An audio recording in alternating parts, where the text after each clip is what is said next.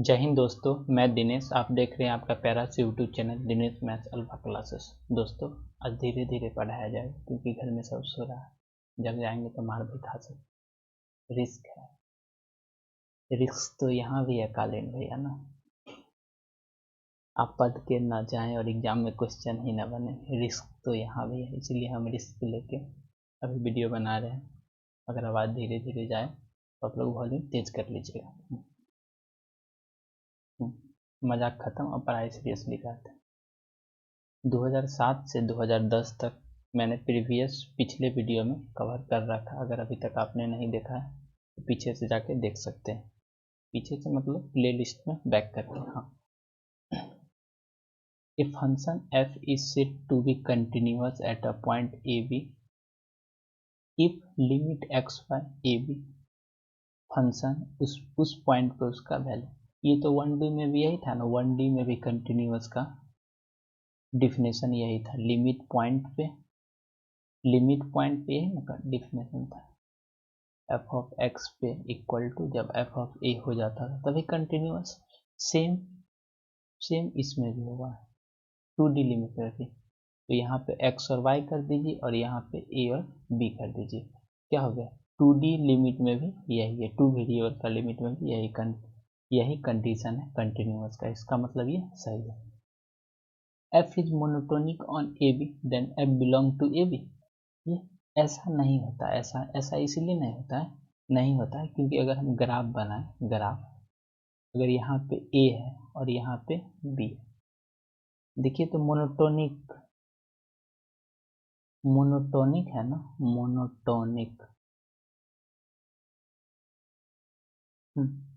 Monotonic है तब सही है। यहाँ पे सही, हमको लगा कंटिन्यूअस है। मोनोटोनिक है तब तो सही होगा ना। कभी नीचे आएगा ही नहीं आएगा, इट मीन्स ये सही है। अगर यहाँ पे कंटिन्यूअस रहता तो ना, कंटिन्यूअस में ही मोनोटोनिक है इसलिए ए बी में ही रहेगा। ये सही है। अगर यहाँ से मोनोटोनिक हटा दीजिएगा तो ये गलत हो जाएगा। F of x is continuous is close interval a b then f of x is differential. ना, कंटिन्यूअस होने से डिफरेंशिएबल कहाँ होता है? कंटिन्यूअस होने से डिफरेंशिएबल नहीं होता है, बट डिफरेंशिएबल होने से कंटिन्यूअस हो जाता है। इतना अच्छा से समझाएंगे तो कालीन भैया भी समझ जाएंगे, आप लोग भी समझ जाइए। ये 12th का कॉन्सेप्ट है ना। Every topological space is a metric express. हाँ, ये मैट्रिक एक्सप्रेस का एकदम सबसे सिंपल एग्जाम्पल है, सबसे सिंपल। आप इसे याद रखिए। Every absolutely convergent improper integral is a convergent and conversely. इसका कन्वर्स पार्ट ट्रू नहीं है। इसका कन्वर्स पार्ट ट्रू नहीं है। अगर ये यहाँ से हटा दें, ये वाला पार्ट, लास्ट वाला पार्ट, तब सही हो जाएगा। लेकिन क्वेश्चन के हिसाब से यह भी गलत है। Every absolutely convergent improper integral is convergent, यहाँ तक सही है। बट ये जो कन्वर्स पार्ट है ना, कन्वर्स पार्ट वही पार्ट, इसका मतलब हुआ 1 डायरेक्शन और इसका मतलब 2 डायरेक्शन। इसका कन्वर्स उल्टा सही नहीं है, इसलिए ये गलत हो गया। The integral of integrable function is continuous. बिल्कुल हाँ, ये तो 12th से ही पढ़ते आ रहे हैं, इसमें क्या परेशानी है। ये वही बात, ये पीछे भी ये क्या है, ये गामा का। इस क्वेश्चन में हमको बहुत देर लग गया था। ये गामा का है साइन, गामा। इसका क्या होता है? Pi sine M X, M pi. तो ये सही है, ये स्टैंडर्ड एक रिजल्ट है जिसे याद रखिए ना, जिसे याद रखिए। इफ अडब, इसका गामा जब 3/4 का वैल्यू निकालते हैं ना, उस समय ये काम आता है। जब 3/4 का वैल्यू निकालते हैं ना, उस समय ये काम आता है 5/4।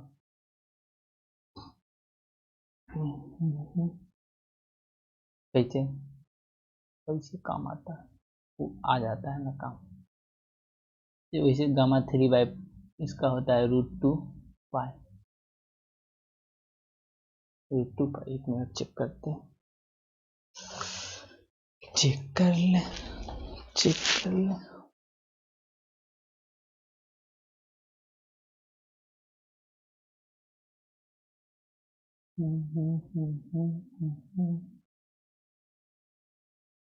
कर।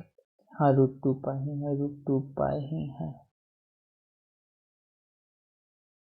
या नहीं है। ये γ3/4 इंटू γ1/4 इसका निकालते हैं ना, उससे उस समय ये वाला हेल्प आता है, ये वाला हेल्प आता है।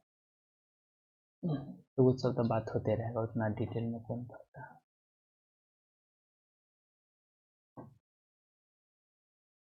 रिस्क है, रिस्क। ये सही है। अगर डबल सीक्वेंस का अगर आपका पीडीएफ मिला होगा तो उसमें है। अगर कोई डबल सीरीज कन्वर्ज तभी करेगा उसमें रॉ और कॉलम और डायगोनली सब कन्वर्ज करेगा और तीनों इक्वल रहेगा, all the three sums are equal, तभी वो डबल सीरीज कन्वर्ज करेगा। In a metric space XD A is a subset of X closure in XD। तो ये सही है, ये भी एक प्रॉपर्टी है मैट्रिक स्पेस का। आपको मैट्रिक स्पेस का पीडीएफ दिया गया है, उसमें सब देख लीजिएगा। ये सब ऑब्जेक्टिव याद करना होगा, जो समझना होगा वो हम समझा देंगे, जो समझने और समझाने में कम देरी लगे वो आपको समझाया जाएगा। अब 2012 पे चलते हैं। Every bounded monotonic function, every bounded, ये तो पहले भी बताए हैं ना, every bounded monotonic function is R integrable. तो ये कॉन्सेप्ट सही है आपका। यहाँ से अगर मोनोटोनिक हटा दीजिएगा तब गलत हो जाएगा। एवरी बाउंडेड यहाँ पे कांस्टेंट लिख दीजिएगा तब भी सही होगा। Every bounded constant function, every bounded monotonic function, ये दोनों आर रहमान इंटीग्रेबल होता है। ये देखिए तो ये एग्जिस्ट करेगा या नहीं करेगा। तो इसे y equal to m x को, जहाँ पे y है ना, put y equal to m x करके पुट कर दीजिए। तो x M x x² plus m² x²। आप यहाँ पे देखिएगा ऊपर में m बच गया और नीचे में, यानी m के वैल्यू पे डिपेंड कर रहा है, m के वैल्यू पे डिपेंड कर रहा है, इसका मतलब ये एग्जिस्ट नहीं करेगा। एवरी टोपोलॉजिकल स्पीच है मैट्रिक एक्सप्रेस, ये डज नॉट एग्जिस्ट नहीं, ये रिडक्शन फार्मूला, ये रिडक्शन फार्मूला होता है। 0 to π/2 cos nx does not, ऐसा नहीं है, ये इस फॉर्म में आता है n into n-1।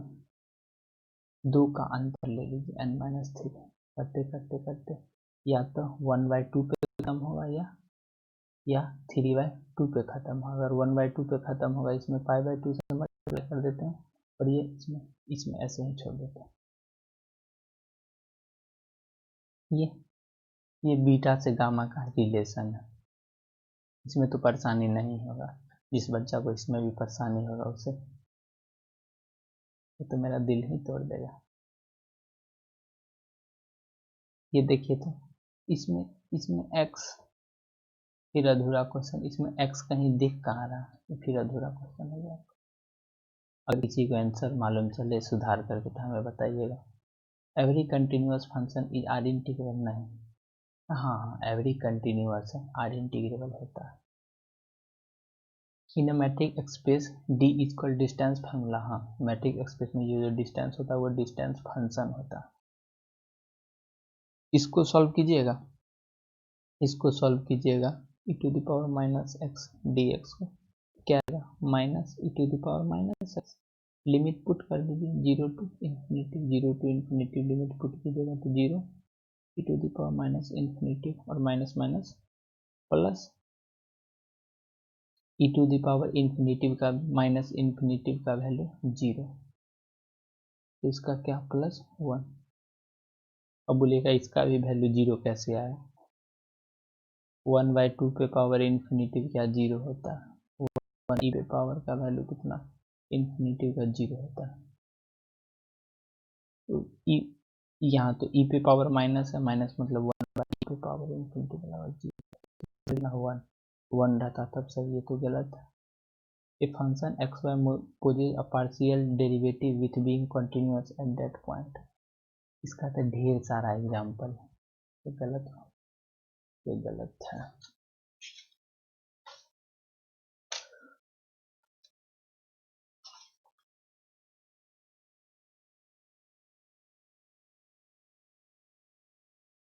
Function move possess a partial derivative.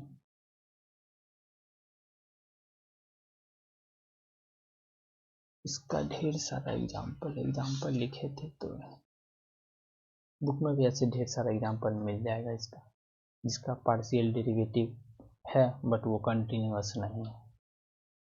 बहुत सारा एग्जाम्पल।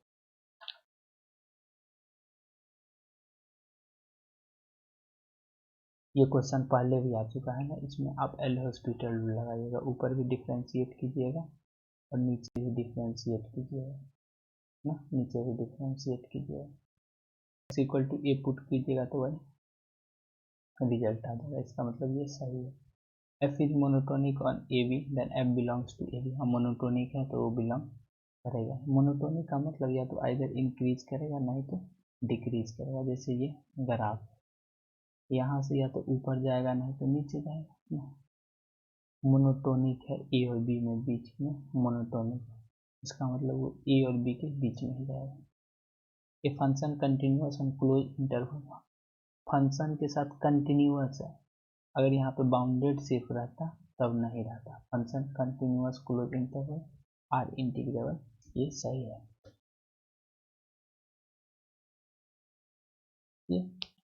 ये क्या, अगर इसको इंटीग्रेट कीजिएगा तो यही होता है साइन इनवर्स एक्स का, ये इंटीग्रेशन 0 to 1 कितना, sine inverse 1, sine inverse 1 sine inverse 0, sign inverse 1 का मतलब कितना π/2, कितना π/2 आ गया, इतनी ये सही है।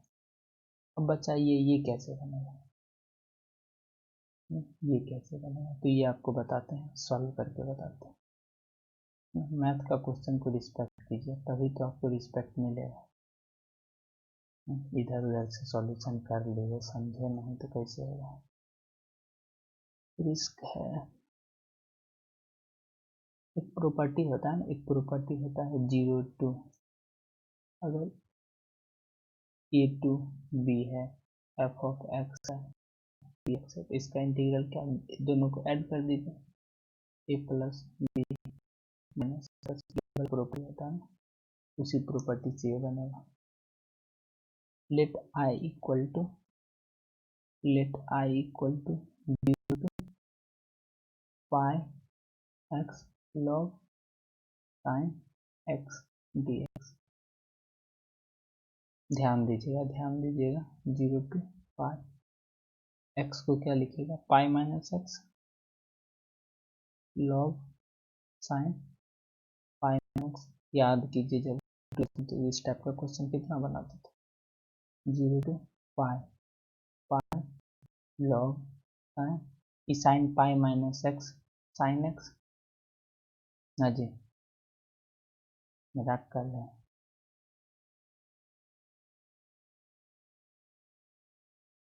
x 0 to π/2 कर देते हैं, हो सकता है आपको दिखाई नहीं दे रहा होगा। यहाँ पे वही वाला मल्टीप्लाई करके लिख देंगे, साइन एक्स डी। अब इस पार्ट को इधर ले जाएंगे तो इधर पहले आई था, आई कितना हो जाएगा 2i इक्वल टू 0 to पाई, समझ में आ जाना चाहिए, लॉग को बाहर कर दीजिए, पाई 0 to pi log sine x.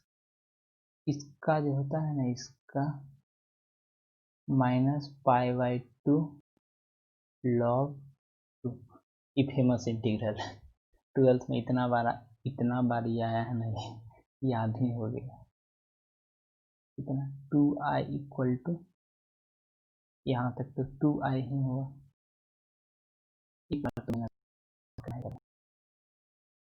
π/2 log, यहाँ से 2 हटेगा तो एक पाई पहले से था ये वाला, तो पाई स्क्वायर लॉग 2 आइए, तो आंसर में आ नहीं रहा।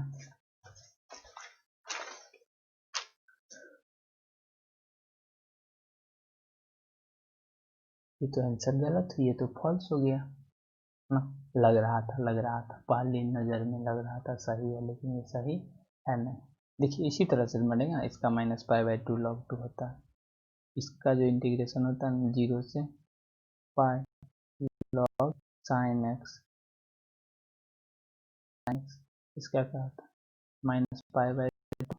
-π/log 2। ठीक है, तो ये गलत ना, यहाँ पे 4 रहता तब सही रहता। F of x is differentiable then, ये इसका खुद का गारंटी नहीं है तो ये सब कैसे डिफरेंशिएबल है। Every bounded monotonic increasing function converges to its lower non. MCT याद रखेंगे, MCT those function which is increases monotonically then it converges to its upper point। अगर डिक्रीज कर रहा है मोनोटोनिकली तो कन्वर्ज करेगा लोअर पॉइंट पे। एवरी मैथ, तो ये क्या हो गया, ये गलत हो गया ना। अगर यहाँ पे इंक्रीजिंग है, इंक्रीजिंग के साथ याद रखिएगा, पेयर याद रखिएगा, हम बता रहे हैं।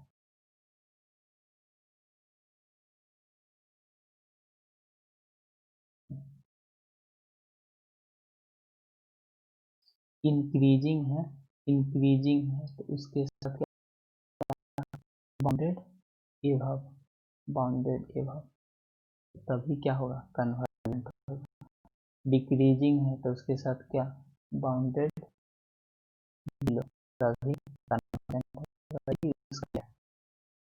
Every bounded monotonically increasing function converges to its lower bound का।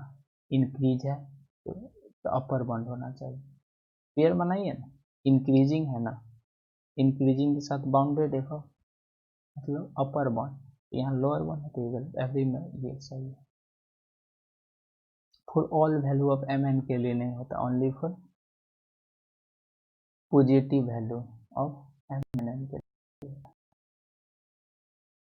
A function which is differentiable at a point possesses the first partial derivative trait। ये क्या हो गया, A function which is differentiable at a point possesses the first partial order हाँ ये तो लफड़ा होता है, ये लफड़ा होता है। इस जब कुछ ये पढ़ेंगे ना जिस समय, तो उस समय ये लफड़ा बराबर आता है थ्रीट करके, तो समय ये सही है। चलते हैं, दो आगे बैठते हैं। आवाज़ सही नहीं जा रहा है क्या? ऑप्शन देखिए, ये जो फंक्शन है ना, ये टेलर एक्सपेंशन करके है। एक टेलर एक्सपेंशन का भी नाम का कोई चीज़ होता है, ये जो फेमस है ना, ये टेलर एक्सपेंशन।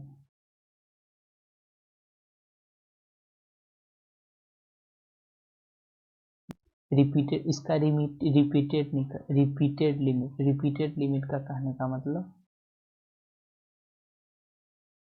x पहले लिखिए, एक को कांस्टेंट मान के दूसरा को बैठा दीजिए, तो कांस्टेंट मानेंगे और y का लिमिट पुट करेंगे, कांस्टेंट इंटू जीरो, ऊपर में जीरो आ जाएगा, नीचे में समथिंग, तो जीरो बटा समथिंग इक्वल टू जीरो। उसी तरह जब y को कांस्टेंट मान x का लिमिट पुट करेंगे, वही बात होगा, ये कांस्टेंट हो गया zero into something divided by something equal. अगर इसके बावजूद भी समझने में परेशानी होगा ना, आप हमें मेल कीजिए, मेल ईमेल। भाई साहब स्टैंडर्ड आदमी हो गए, आप मेल कर सकें ना, कमेंट सेक्शन में बताइए ना, ये मजाक था, ये मजाक था। A function F of is not, ये जो मॉड फंक्शन है ना, मॉड फंक्शन होने के कारण ये नॉट डिफरेंशिएबल है, नॉट डिफरेंशिएबल, बट दोनों एग्जिस्ट करता है, इसका पार्शियल डेरिवेटिव भी एग्जिस्ट करता है विथ, इसका मतलब partial derivative with respect to x, partial derivative respect to y ना, और इसका मतलब हुआ दो बार पार्शियल डेरिवेटिव कर दिए एक्स के रिस्पेक्ट में, तो सेम यही होता है। बॉट एग्जिस्ट एट क्या जीरो जीरो पे, बट जीरो जीरो पे डिफरेंशिएबल नहीं होता, बट पार्शियल डेरिवेटिव दोनों का एग्जिस्ट करता है। Every bounded constant function of a b is R integrable, R integrable, ये क्वेश्चन तो limit exist and finite, we say the integral is, जब भी लिमिट फाइनाइट रहेगा वो क्या होगा, वो कन्वर्जेंट होगा। ये भी नहीं समझ में आएगा तो मेरा दिल ही तोड़ देगा ना। गामा गामा 1/पाई, गामा 1/पाई का वैल्यू होता है √पाई। इसे तो अपने आंखों में बसा लीजिए, इसे अपने आंखों में बसा लीजिए गामा, ये वाला जैकोबियन। इसका जैकोबियन क्या होता है हम बताते हैं। जैसे जैकोबियन अगर मालूम होगा, जैकोबियन dx/y/z दिखाने का तरीका होता है u। इसका जैकोबियन एक तरह का मैट्रिक्स बोलिए, डिटर्मिनेंट बोलिए, चलेगा। पार्शियल डेरिवेटिव होता है dx लिख दिया, फिर dy लिख दिया, dz लिख दिया। अब क्या करना है अगला स्टेप में, पहले u के रिस्पेक्ट में, t के रिस्पेक्ट में, w। अब ये बच्चा जो याद करने बैठेगा उसे कभी याद होगा? ये समझ पाएगा। ये क्या है? जैकोबियन ऑफ स्टैंडर्ड पोलर, ये याद रखिएगा, standard polar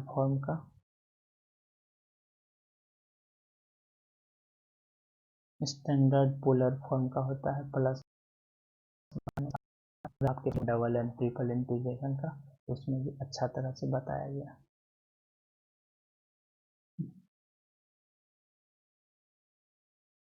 is known as, इसे क्या कहते हैं मालूम है? ये क्या है? आप लोग एक चीज पढ़े होंगे, अभी भी पढ़ते होइएगा। अगर एक ट्रायंगल है, बता रहे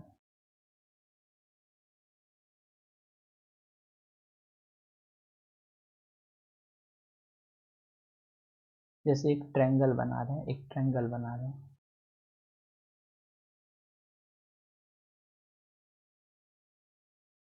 ट्रायंगल है ना। Sum of any two sides of a triangle is always greater than third side. अगर ए और बी को जोड़ दें तो ये थर्ड साइड से हमेशा ज़्यादा होगा। ट्रायंगल यही हुआ मैट्रिक्स स्पेस में, इसी को बोलते हैं ट्रायंगल इन इक्विलिब्रियम। दोस्तों इसके बावजूद भी नहीं समझ में आ रहा है, आप हमें कमेंट कीजिए। जो इसका आंसर होगा ना, इसका आंसर क्या होगा वो बताते हैं। इसका आंसर होगा, आप अधूरा आंसर मत लिखिएगा, यूनिफॉर्मली कन्वर्जेंट। लास्ट क्वेश्चन है रिस्पेक्ट यूनिफॉर्मली कन्वर्जेंट। जिस समय आपको इसका पीडीएफ मिला होगा, बताते हैं। हो दिल में हो तुम, आँखों में तुम। ये पॉइंट वाइज कन्वर्जेंस का जिस समय आपको थ्योरम मिला होगा, जिस समय पीडीएफ मिला होगा, उस समय आपको बताया गया होगा पॉइंट वाइज का। ये उस समय ये वाला सीक्वेंस आपको बताया यूनिफॉर्मली कन्वर्जेंट है। पूरा लिखे, कन्वर्जेंट लिखेगा तो नंबर नहीं मिलेगा, यूनिफॉर्मली कन्वर्जेंट लिखना पड़ेगा। ये था कंटिन्यूटी। दोस्तों यहाँ तक समझ में आया? आप दोस्तों वीडियो को शेयर सब्सक्राइब करवाइए। आपका काम सब्सक्राइब शेयर कराना, मेरा काम अच्छा से अच्छा क्वालिटी का वीडियो अपलोड करना। पेपर 6 का भी वीडियो बनेगा, परेशान मत होइए।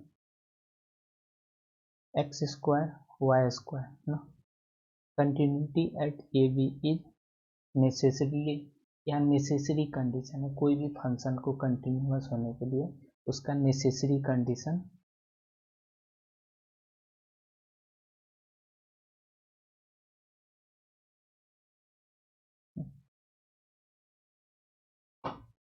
कोई भी फंक्शन को कंटिन्यूअस होने के लिए उसका नेसेसरी कंडीशन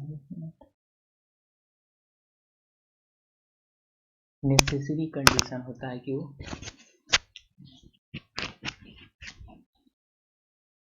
कोई भी फंक्शन को डिफरेंशिएबल होने के लिए ये नेसेसरी कंडीशन होता है कि वो कंटिन्यूअस रहेगा। तो इसका आंसर नेसेसरी। कल होकर कुछ कोई परेशानी तब बोलेगा नेसेसरी का स्पेलिंग गलती है।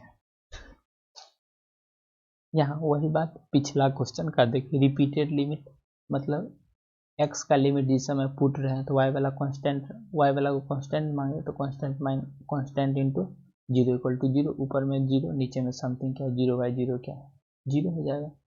एग्जिस्ट कर तथा एंड आर इक्वल हो जाएगा, यहाँ पर एग्जिस्ट तो कर ही रहा है ना, repeated limit exist and are equal. दोस्तों रिपीटेड लिमिट का कॉन्सेप्ट आपको समझ में आ गया होगा।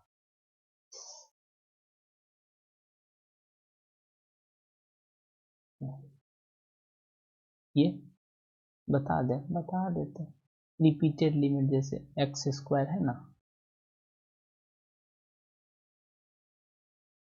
एक्स वाला को कांस्टेंट मानिए ना, तो वाई एक्स वाला को कांस्टेंट मानिए तो ये कांस्टेंट हो गया। यहाँ पे y है तो y का लिमिट पुट कीजिए, जो जीरो इंटू कॉन्स्टेंट जीरो, ऊपर में नीचे जीरो, नीचे में समथिंग जीरो बटा समथिंग जीरो। उसी तरह से जब y को कांस्टेंट मानेंगे तो ये जीरो है। खुशी महसूस नहीं हो रहा है? खुशी किसी का नाम होगा तो गाली देगा। ये फंक्शन डिफाइंड बाय, इस टाइप का अगर फंक्शन डिफाइन है तो क्या कंटिन्यूअस एट ओरिजिन है, इसका लिमिटिंग वैल्यू और वैल्यू ऑफ फंक्शन के इक्वल हो जाता है, इसलिए क्या हुआ, is continuous at zero zero. क्या जी मस्ती हो रहा है?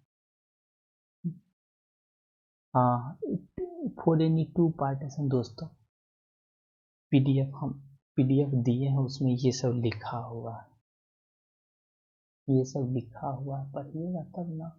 ये जो लोअर रहमान इंटीग्रल होता है ना, लोअर रहमान इंटीग्रल, ये हमेशा कम होता है अपर रहमान इंटीग्रल से, हमेशा।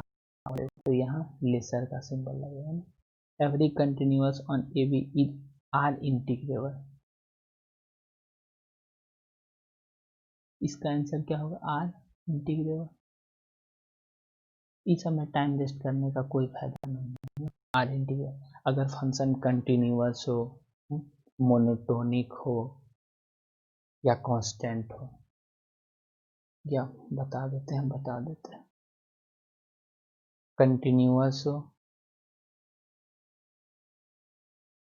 कंटिन्यूअस हो या कांस्टेंट हो या मोनोटोनिक हो, तीनों इसमें फंक्शन इंटीग्रेबल, रहमान इंटीग्रेबल होता है। अगर फंक्शन खाली बाउंडेड हो तब इसका कोई गारंटी नहीं है, तो उसका नहीं टिक मारेंगे। Is R integrable a function defined by, then the value of integral is, ये क्या, एफ इज इंटीग्रेबल मतलब जो जीरो पे वैल्यू है वही ये वाला। तो वैल्यू ऑफ इंटीग्रेबल जो होता है ना वो के हो जाता है। ये डिटेल सॉल्यूशन है, फिर रात गहरी है अंधेरी है। इसका देखिए तो गामा एन पे, इसमें भी टाइम लगेगा, इसमें बिल्कुल टाइम नहीं लगेगा ना। जैसे गामा 7 का वैल्यू कितना, एक कम कर दीजिए, 6 इंटू 6 फैक्टर 6 इंटू, अब इसको ऐसे भी लिख सकते हैं इंटीग्रल, तो इसका गामा अगर n+1 है तो n इंटू एन गामा, एक कम कर दीजिए। आर साइन थीटा ये होता है स्फेरिकल कोऑर्डिनेट का जैकोबियन, ये कभी कभी जे करके आपसे भी पूछ लेगा जैकोबियन होता क्या, आप एग्जाम में जैकोबियन का सिंबल लिख के बता देंगे। इसका है आर स्क्वायर, ये जो बाद में है साइन थीटा, साइन थीटा नहीं साइन फाई, जो x और y में हो, x और y में देख लीजिएगा, ऐसा नहीं यहाँ ऐसे भी स्टैंडर्ड नोटेशन है, तो एग्जाम में परेशानी नहीं होगा। चलिए आगे, the case of a matrix x d is only f x equal to y, ये भी डिफिनेशन है मैट्रिक्स, इसे यूं जैसे लिखा हुआ है वैसे याद कर लीजिए, छेड़खानी में।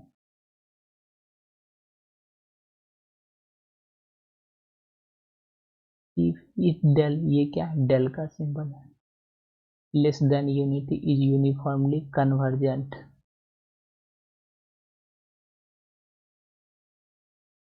दिखाई दे इतना सपोर्ट करते हो, 2-2 3-3 आईडी से सब्सक्राइब करते हो, सपोर्ट तो करते हो, हमें भी तो उस तरह से मेहनत करना होगा। दोस्तों जितना जितना हो सके शेयर सब्सक्राइब करिए दबा के ना।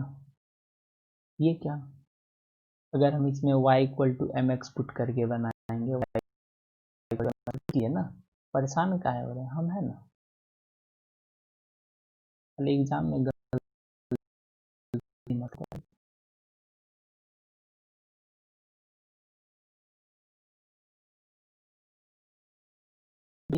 mx जनरली पुट कीजिएगा, आपका क्वेश्चन बन जाएगा।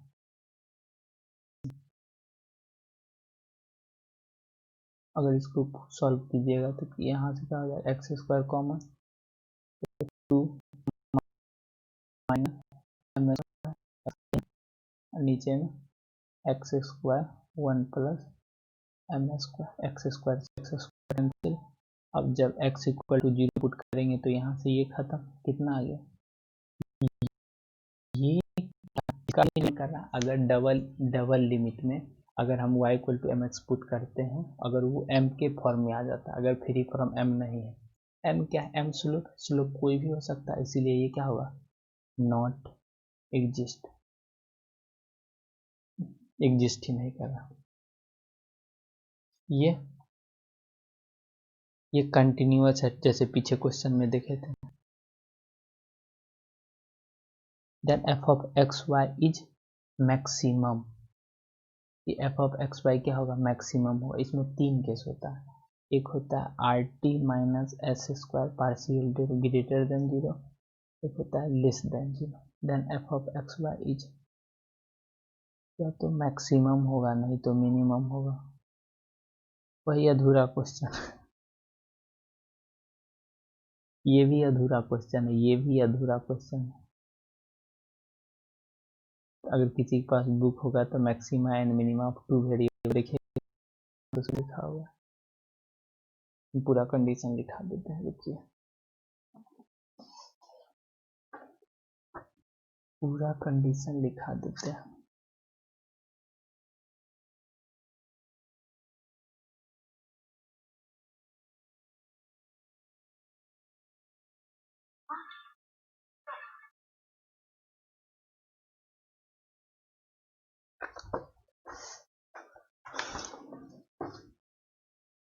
लेट हो जाएगा, देख लेते हैं।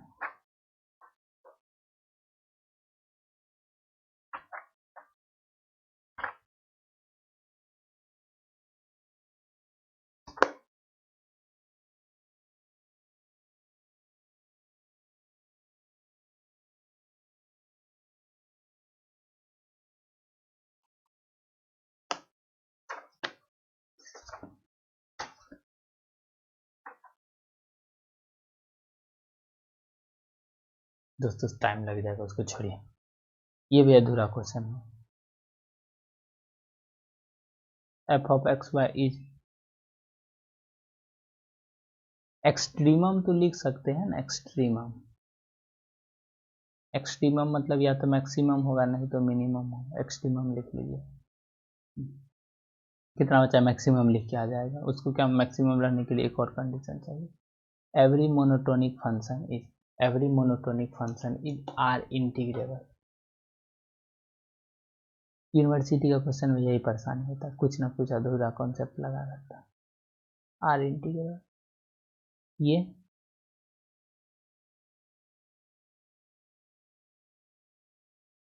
ये times of b minus a where k is constant. यहाँ पे k कोई सा भी, यहाँ पे भी देखो ये बच्चा लिखेगा k इज कांस्टेंट।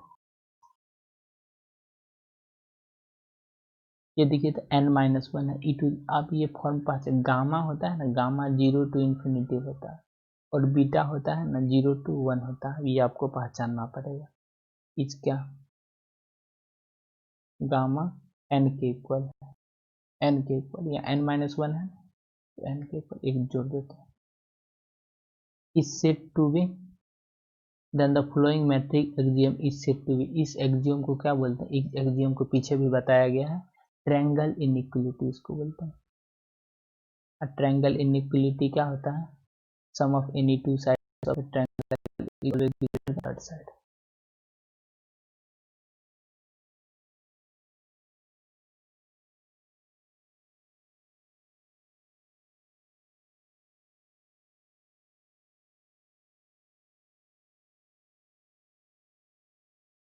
ये देखिए तो ये इनफाइनाइट प्रोडक्ट जो है, ये जो इनफाइनाइट प्रोडक्ट है ये क्या है? ये इनफाइनाइट प्रोडक्ट कन्वर्जेंट है। अगर इसका वैल्यू आप याद करना चाहे तो साइन,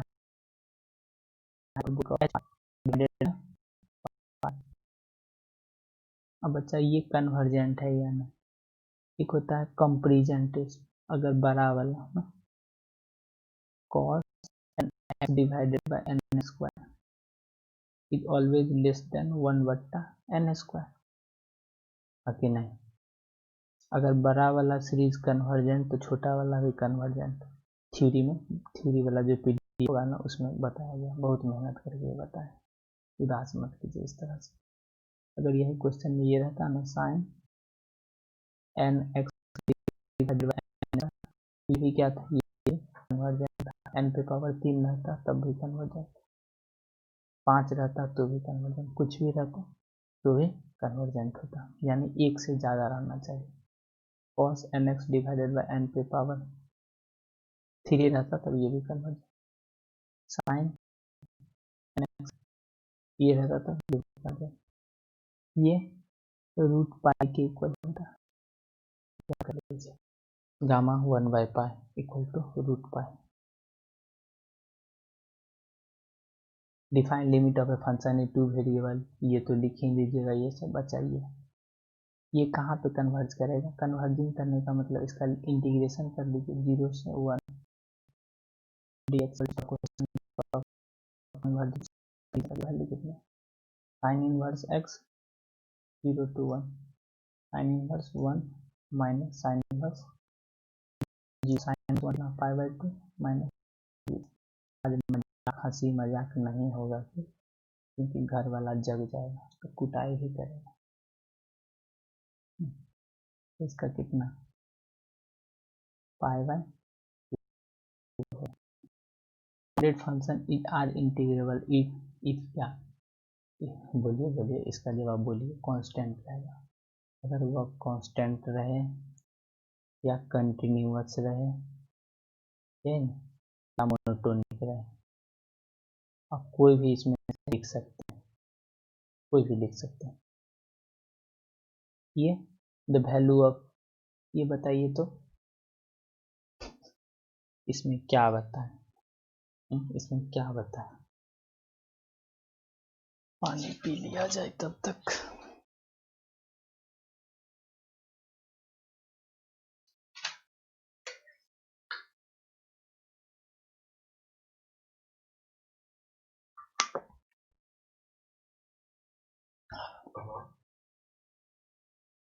इसमें वैल्यू पूछ रहा है, इसका वैल्यू ही नॉट एग्जिस्ट कर रहा है।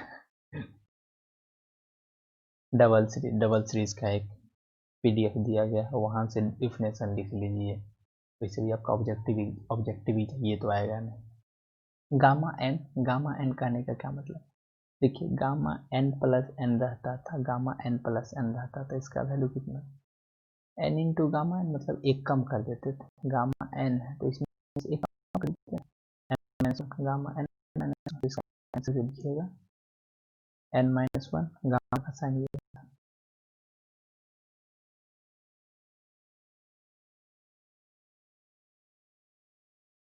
चले आगे। हाँ इसमें भी तो आप लिख ही लीजिएगा, डबल लिमिट ये सब लिख लीजिएगा, इसे थोड़ी होता है। एक हम बता देते, ये गामा 1/2 का वैल्यू पूछ रहा है, ये वैल्यू को अपने आंखों में बसा लीजिए। टुकुर टुकुर देखते हो क्या,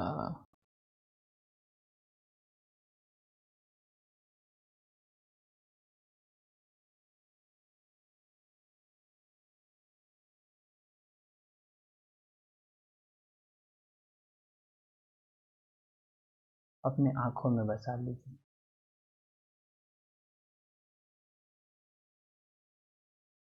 गामा 1/2 को रूट पाई बाई 1000। नेक्स्ट आगे आगे आगे आगे आगे ये क्या, ये सही लिखा हुआ है यहाँ पे भी, यहाँ फिल इन द ब्लैंक्स है तो यहाँ पे कुछ कम लिखा हुआ है, यानी ये गामा n प्लस 1 कितना n इंटू गामा n पूरा in case of e x equal to y होगा, और ये नॉट पीछे बताया गया है कितना मेहनत करके, इज नेसेसरी कंडीशन। परेशानी है, ऐसे अगर बताया जाए तो मुन्ना भैया भी समझ जाएंगे क्या होता है। ये गामा है, गामा का सिंबल, टाइपिंग करने वाला को क्या मालूम है गामा है कि रूट है, उसको सब एक के मालूम चल रहा है, रूट पाई। इसका वैल्यू क्या होगा बताइए, तो 0 infinitive x h minus 1 e to the power minus x d, क्या हमको क्या मालूम, मुझसे क्या पूछते हो, अपने दिल से पूछो ना। बताइए बताइए इसका वैल्यू क्या होगा,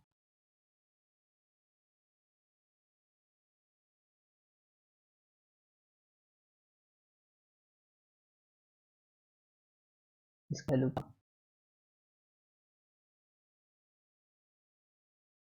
इसका वैल्यू क्या होगा डाल लें।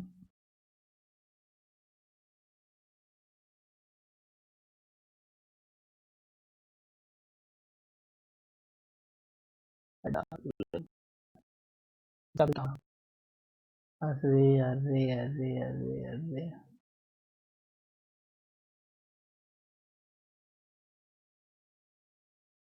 इसका वैल्यू क्या होगा, मुझे तो